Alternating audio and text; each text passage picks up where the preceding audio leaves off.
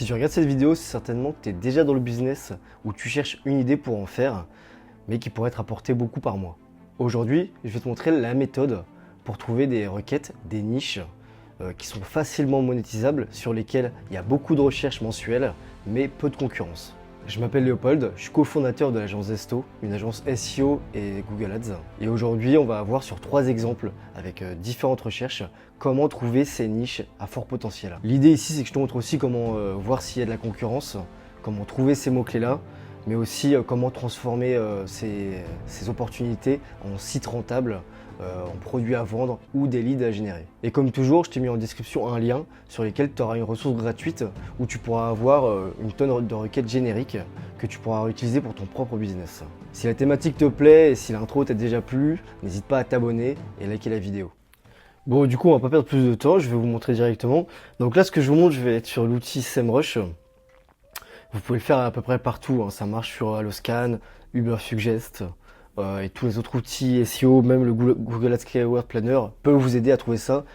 Google Ads Keyword Planner qui est d'ailleurs un outil gratuit de Google. Là, c'est ce qu'on a plus l'habitude d'être sur SEMrush, mais ça revient au même. Le principe est le même, vous allez voir la méthode. Donc là, on se retrouve directement sur l'interface de SEMrush. Tac, tac, tac. On va aller sur le Keyword Magic Tool. Et donc, on va mettre le mot « ou ». L'idée, en fait, vous allez voir, il y a plusieurs petits mots comme ça qu'on peut mettre, qui peuvent nous permettre de trouver, en affinant la recherche, en filtrant différentes intentions de recherche qui sont de base informationnelles. En fait, ça va être des questions, donc on peut penser à comment, pourquoi, est-ce que, qui, où. Et en fonction de ça, les outils donc, vont nous donner différentes questions avec la volumétrie de recherche, la concurrence, etc. Là, on va commencer par où, et donc on voit que là, il va nous proposer donc plusieurs mots-clés. Donc, c'est vrai que j'ai pas précisé, mais j'ai filtré en very easy. Donc, les keyword difficulty, ça va être le niveau de difficulté du mot-clé. On verra par la suite comment voir s'il y a vraiment de la concurrence ou non. Mais ça permet de faire un premier tri. En fait, là, SEMrush se base sur plusieurs trucs différents pour estimer le keyword difficulty, mais des fois, il peut se tromper. Moi, je vous montrerai les 2-3 méthodes pour voir rapidement s'il y a vraiment de la concurrence en face ou pas. Et voilà, pour commencer, on va faire ça. Là, vu qu'on est sur une recherche comme ça, on va pas forcément mettre un volume minimum, un volume de recherche minimum. Si on voulait vraiment affiner encore plus, on pourrait mettre volume de recherche à plus de 1000 ou entre 1000 et 3000. Enfin bref, là c'est pas trop mal, ça permet déjà de faire en entonnoir, on commence par gros et si besoin on affinera petit à petit. Donc là, on voit les propositions. Donc on voit le niveau de difficulty et là j'ai classé par ordre de volume. Donc on va voir les questions avec où, avec le plus de volume de recherche. Donc pâte à tartiner Elmorgen ou acheter huile de pépin, figue de Barbarie. Donc là on a le niveau de difficulté et la volumétrie de recherche. Donc on regarde évidemment, on regarde tout. Est-ce qu'il y a des choses qui nous semblent monétisable, parce que ça va être le pilier. Là on cherche une niche, enfin une question qui va nous amener donc là on cherche une question qui va nous emmener à une niche, et une niche que nous on peut monétiser avec nos compétences. Voilà. Donc où va l'argent d'une personne sous tutelle, où trouver une IRM à champ ouvert, où acheter huile de pépin, de figue de Barbarie, etc. Donc on n'est pas seulement sur du e-commerce, là on va vraiment être aussi sur des business locaux, mais également sur du service. Donc, où va l'argent d'une personne sous tutelle, par exemple, ça peut amener vers un service. Tac, tac, tac. Donc en général, quand même, les keywords les plus intéressants seront tout en haut. Bien que des fois on peut avoir des petites surprises en descendant quand même sur des questions à 400 volumes mensuels. Hein. Donc où acheter du charbon actif pour purifier l'eau, c'est pareil, ça va être des niches très porteuses de plus en plus. Quelques requêtes qui servent vraiment à rien par contre, ça faut être ok avec ça. Tac tac tac, tarte d'un ou acheter, Vincent Mêlé ou acheter des lattes de semis à l'unité, il me semble qu'on l'avait vu aussi en haut. Donc là voilà, on a vu à peu près ce qu'il y avait au-dessus de 500 volumes de recherche. Tac, tac, tac.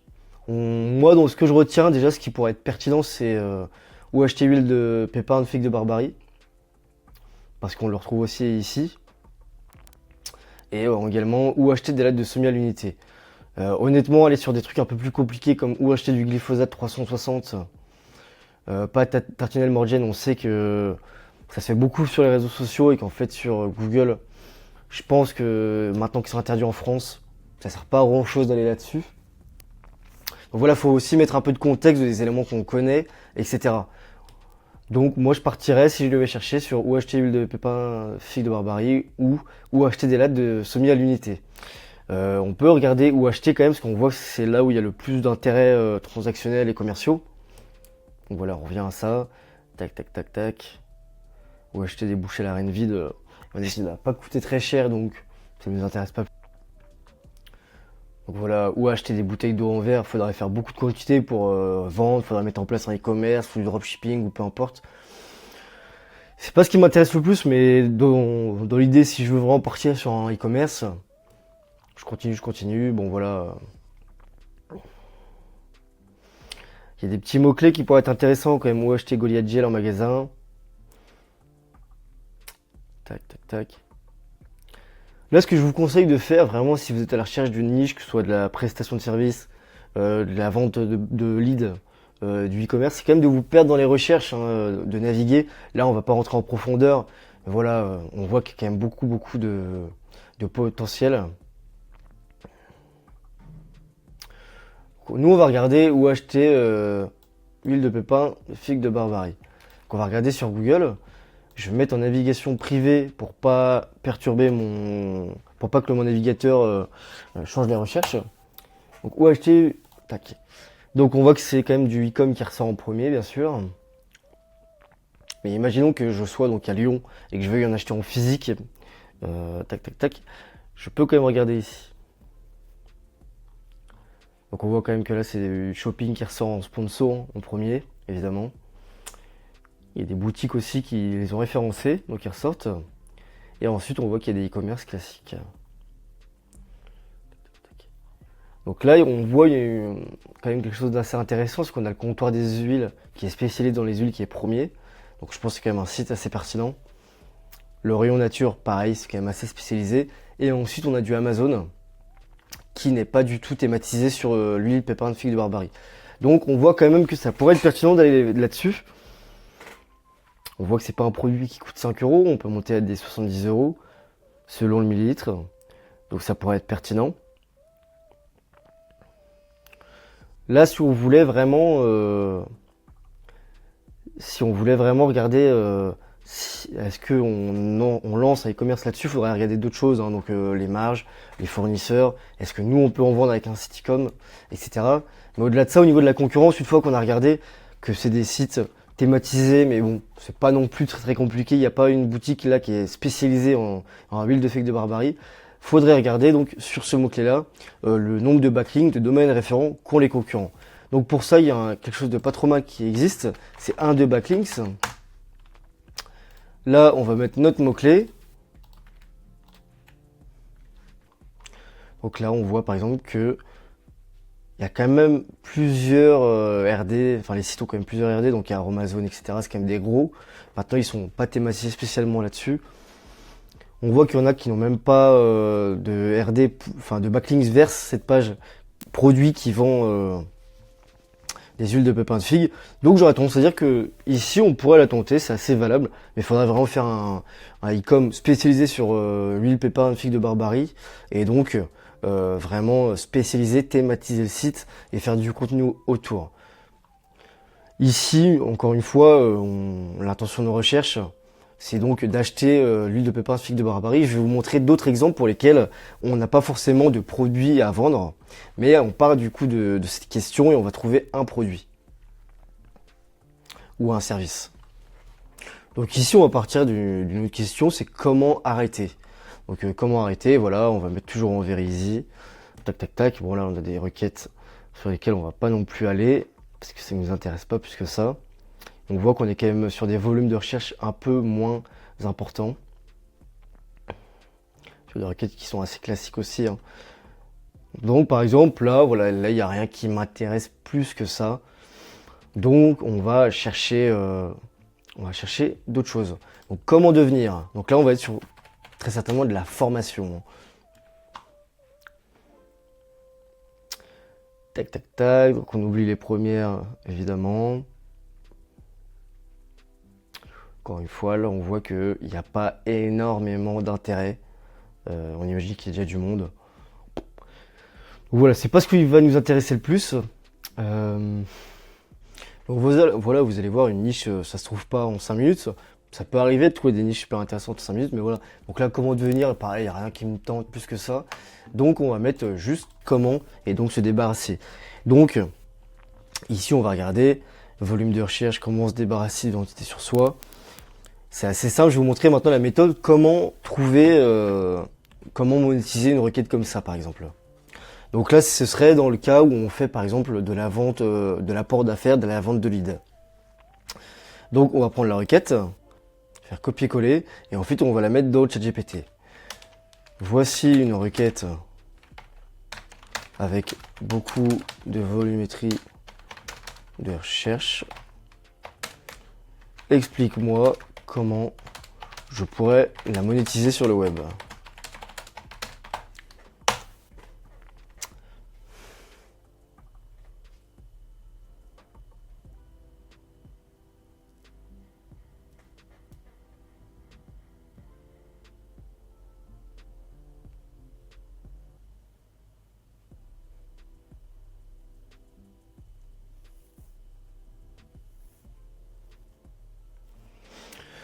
Donc là, voilà, on voit qu'il nous explique comment prendre l'intention de recherche, des explications spirituelles ou ésotériques à leur mal-être, des rituels, prières, protection, etc.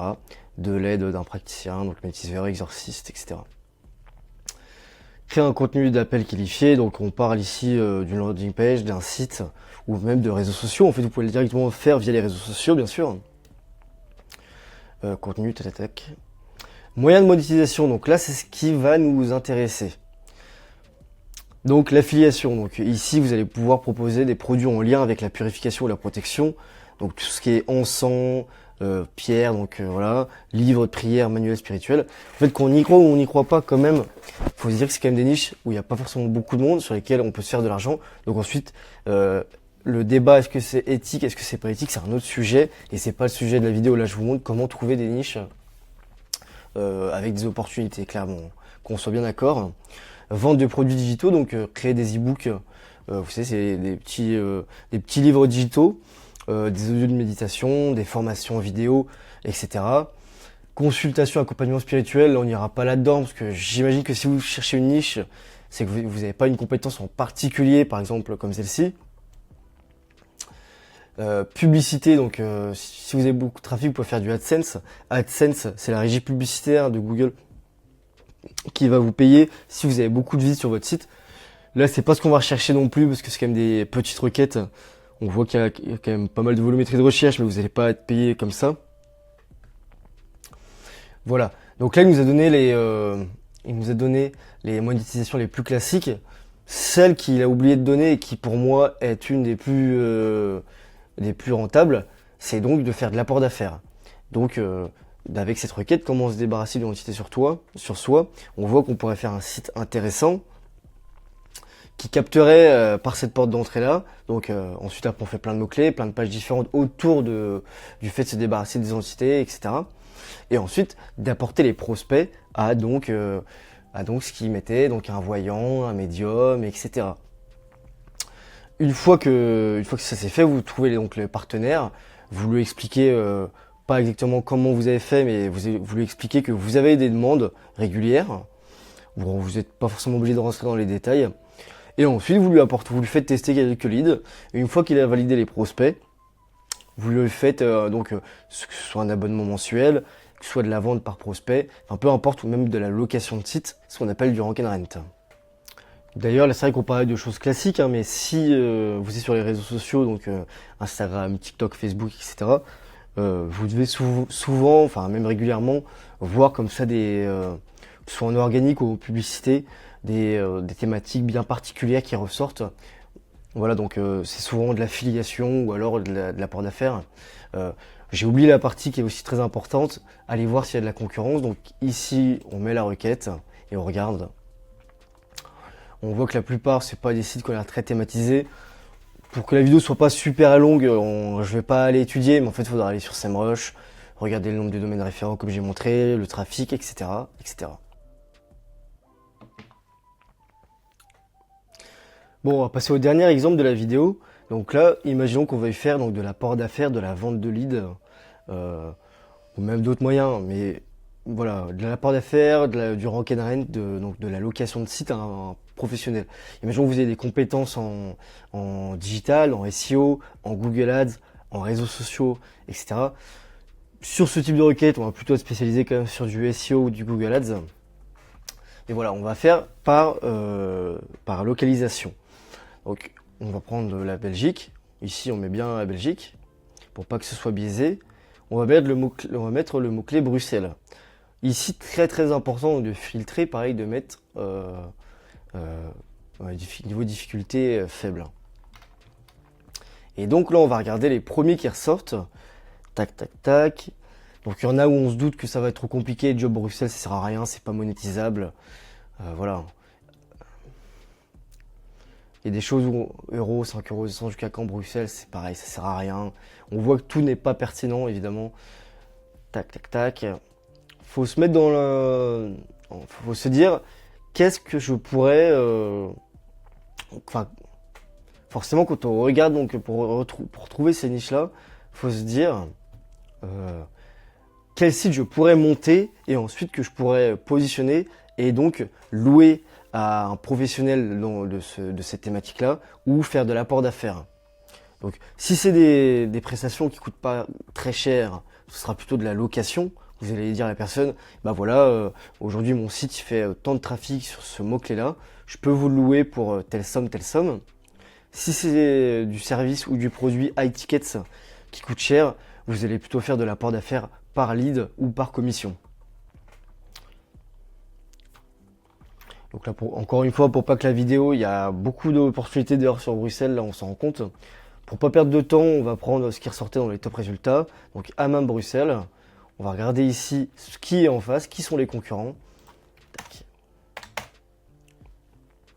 On voit qu'en premier, c'est des sites de lieu. Évidemment, voilà, j'ai les résultats en étant dans le 6e arrondissement de Lyon.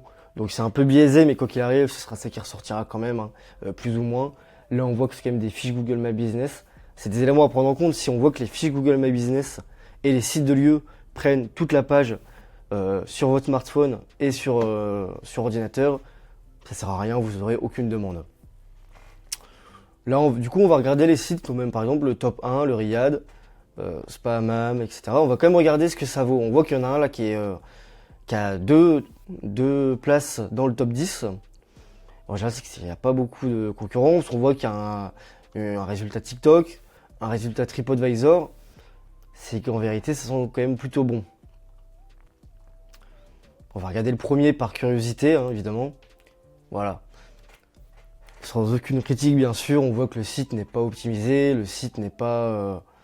voilà, le title n'est pas du tout optimisé, la structure à chaîne non plus. Voilà. On voit qu'en fait ici, il y a une grosse opportunité pour se positionner. C'est même étonnant qu'eux ne soient pas devant le Riyad. Voilà. Peut-être au niveau des avis, on voit qu'ils ont quand même beaucoup d'avis. Et donc, moi, sur cette thématique-là, je pense qu'on pourrait complètement y aller et ensuite le louer, par exemple, à la personne qui serait ici, voilà, ou qui serait dans la 3e, 4e page. Et ensuite, on leur envoie un petit mail, un coup de fil. On leur propose de leur offrir quelques demandes. Et ensuite, on y va. Bon, voilà, si on devait faire un résumé de la méthodo, et comme ça, si vous voulez aller plus vite et directement atterrir sur cette fiche de conclusion, on reprend la méthodologie de A à Z. Première étape, on choisit un mot-clé générique, comment, où acheter, est-ce que, ou un mot, ou une ville, etc. On va aller dans un outil comme Alloscan, SEMrush, etc. Mettre dans les keyword tools, donc ce qui va nous proposer d'autres mots-clés autour de ce mot-clé-là. Ça va très souvent proposer des questions. Et ici, on va regarder donc les requêtes souvent inattendues, un peu particulières. Une fois qu'on a mis le mot-clé dans Alloscan, SEMrush, etc., ce qui va être très important, c'est de trier par volumétrie de recherche. Donc minimum 1000. Si c'est du high ticket, même s'il n'y a que 100 recherches mensuelles, c'est pertinent. C'est là où en fait vous allez faire souvent le plus d'argent. C'est là où il y aura très très peu de recherches mentionnées par les outils, même si en réalité il y en a. Quoi qu'il arrive, ne soyez pas trop gourmand, triez par volume. Regardez quand même, des fois quand il y a peu de volumétrie de recherche, c'est là où je veux en venir. Très important, regardez s'il n'y a pas beaucoup de concurrence. Ça, vous allez avoir les bases par les outils. Une fois que vous avez vu ça, vous allez regarder les requêtes où ça révèle une douleur, un besoin précis ou une obsession. C'est là où vous allez pouvoir également faire beaucoup d'argent. Ensuite, vous analysez la concurrence, donc vous regardez le nombre de domaines référents avec les outils, ça vous le voyez. Si les sites sont thématisés ou non, l'ancienneté du domaine, ça vous pouvez le voir avec pareil les outils comme SEMrush ou avec la Wayback Machine. Vous analysez la qualité du site, est-ce qu'il est beau, est-ce qu'il est design, est-ce qu'il est actualisé, etc. Si vous hésitez vraiment à aller sur cette thématique-là, regardez, prenez le temps quand même d'aller regarder si ce sont des réseaux sociaux, de la notoriété, des forums, YouTube, etc. Une fois que vous avez vraiment envie de partir sur cette thématique-là, vous allez demander donc à ChatGPT comment monétiser cette requête. Réfléchissez vous-même, parce qu'on a vu tout à l'heure qu'il n'a pas pensé à du rank and rent ou de l'apport d'affaires. Ensuite, vous prenez les meilleures opportunités et vous n'avez plus qu'à faire ça. Donc, monter le site, ranker dans le top 5 et ensuite proposer la meilleure formule à des prestataires qui pourront résoudre ces problèmes-là. Évidemment, ça peut valoir le coup aujourd'hui d'aller en parallèle sur les réseaux sociaux, donc d'avoir une stratégie multicanal et donc faire de l'organique également avec de la création de contenu sur TikTok, Instagram, YouTube, etc. Bon, on arrive à la fin de cette vidéo. Tu vois ces requêtes, bon, j'avoue qu'il y en avait certaines qui étaient un peu bizarres, mais quoi qu'il arrive, on voit ici que c'est pas juste pour le fun, c'est souvent des requêtes où il n'y a pas beaucoup de concurrence, mais beaucoup de recherches mensuelles, donc des opportunités à prendre. En général, on voit quand même que c'est souvent des requêtes où les autres, donc tes potentiels concurrents, vont pas vouloir s'aventurer par flemme, par peur. En vérité, c'est des vraies portes d'entrée vers des niches à fort potentiel. Donc que ce soit pour vendre un service, lancer un site de contenu, de la formation, faire de l'affiliation ou des produits digitaux, ces recherches peuvent littéralement en fait aujourd'hui devenir des petits business automatisés. Si la vidéo t'a plu, n'hésite pas à t'abonner, liker, commenter, ça nous aide beaucoup. Moi je te souhaite une bonne journée et puis je te dis à très bientôt.